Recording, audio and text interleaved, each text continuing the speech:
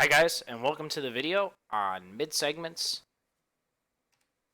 In this video, we're going to learn to calculate the midsegment and length of a midsegment for a triangle or a trapezoid.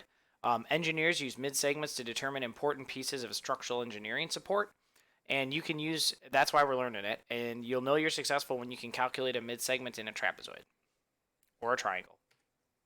So, first and foremost, what is a midsegment?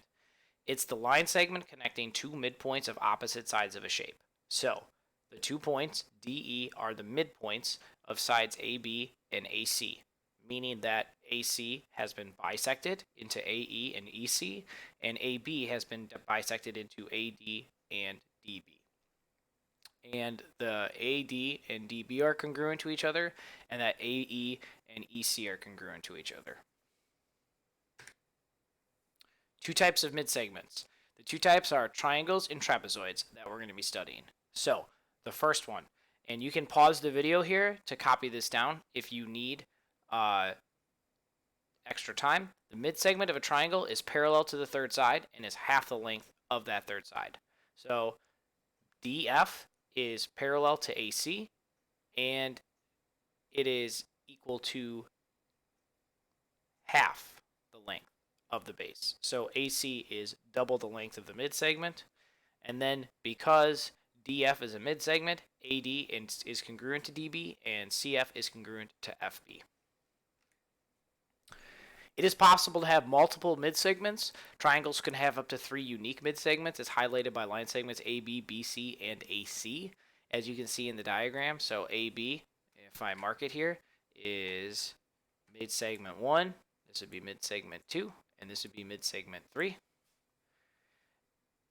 If you draw all of the midsegments in, all of the resulting smaller triangles are congruent to each other. So this triangle, and I'm going to go back and erase these, okay? This triangle here, triangle YAC, is congruent to AXB, which is also congruent to BCA, which is also congruent to CBZ. So all 4 of those miniature triangles are congruent to each other when you draw in all 3 of the midsegments. Midsegments and trapezoids. You can pause the video here if you need more time to copy this stuff down. The midsegment of a trapezoid connects the midpoints of each of the legs of the trapezoid. Not only that, but base AB is parallel to midsegment MP, and both of those are parallel to base DC as well. So you can see the triple parallel markings to show that all 3 of those things are parallel to each other. Segment AM here and segment MD are congruent, and then segment BP is congruent to segment PC as well. And then the measure of this midsegment can be calculated using the equation. The measure of the M is equal to base 1 plus base 2 divided in half. So you add the 2 first and then divide by 2. So, practice. Find the measure of x. So this is a triangle. So in a triangle, the midsegment is equal to half the base that it's parallel to. Half of the base. So the base is x centimeters. Well, if the midsegment's half, that means that if I double the midsegment, that's going to be equal to the base. I'm basically multiplying this side by 2 and multiplying this side by 2. So the base, the 2 times the 8 centimeters, is going to be equal to, and let me just fix that really quick. 2 times the 8 centimeters is going to be equal to the base, which is x centimeters. So then 2 times 8 is 16 centimeters. So 16 centimeters is x, the base. Okay, find the measure of x. In an example like this, where both of these both the base and the midsegment are expressions, we're going to write ourselves an equation. So I know that this is the midsegment, and I know that this is the base. So if I double the midsegment, 2 times the midsegment, I have the length of the base. So let's fill in the expressions that I have. 2 times the midsegment is 2x minus 3 in the expression, and the base is equal to x plus 9. So what I can do is I can multiply by distributing. So I would get 4x minus 6 equals x plus 9.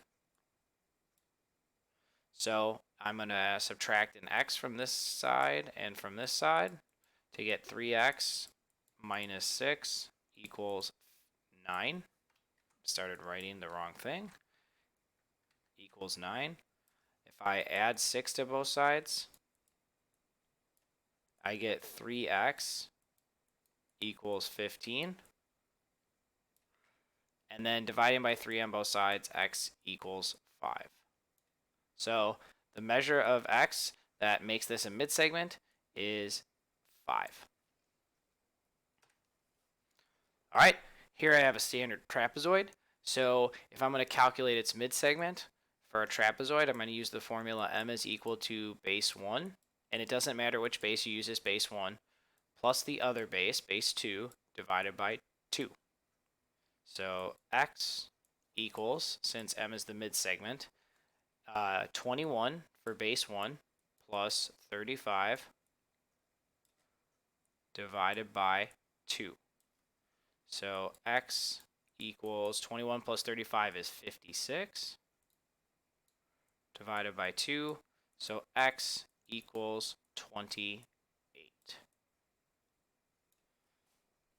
And that makes sense. If we plug in a 28, we would go 7 to get to the midsegment, and then we would go 7 to get to 21, and that's what should happen. So then finally, find the value of x. Here I am given the midsegment, and instead I have two expressions that represent the bases. So what I am going to do is take my regular equation, m equals base 1 plus base 2 divided by 2, and I'm going to substitute everything that I have. The midsegment is 15, base 1 is x plus 3, and I'm adding 4x plus 7 to that over 2. So I'm going to simplify the top of my equation, and I'm going to write the 15 on the other side as a fraction, 15 over 1, because then it allows me to cross multiply.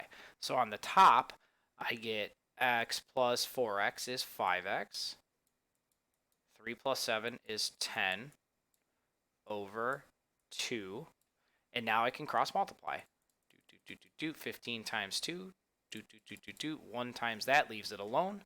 So I get 5x plus 10 equals 30 when I cross multiply. So then I can go ahead and take 10 away from both sides to get 5x equals 20. So x equals 4. And if I substitute that amount in, up on the top, I would get a base of 7. And on the bottom, I would get 4 times 4 is 16, plus 7 is 23. So you can see that I go plus 8. And then I go an additional plus 8. I want the same amount from base to midsegment, and then midsegment to base, which is exactly what is supposed to happen in a trapezoid. So that's it, guys. In summary, we calculate the length of a midsegment for a triangle and trapezoid. These midsegments are formed by connecting midpoints of opposite sides together with a line segment. There's two formulas for midsegments. You're going to take half of the parallel base to calculate the midsegment of a triangle, and then you're going to add both bases and split it in half for a trapezoid. We can apply these properties to find missing segments and find missing bases in triangles and trapezoids. So that's it for this video, guys. Thanks for watching. I'll see you in the next one.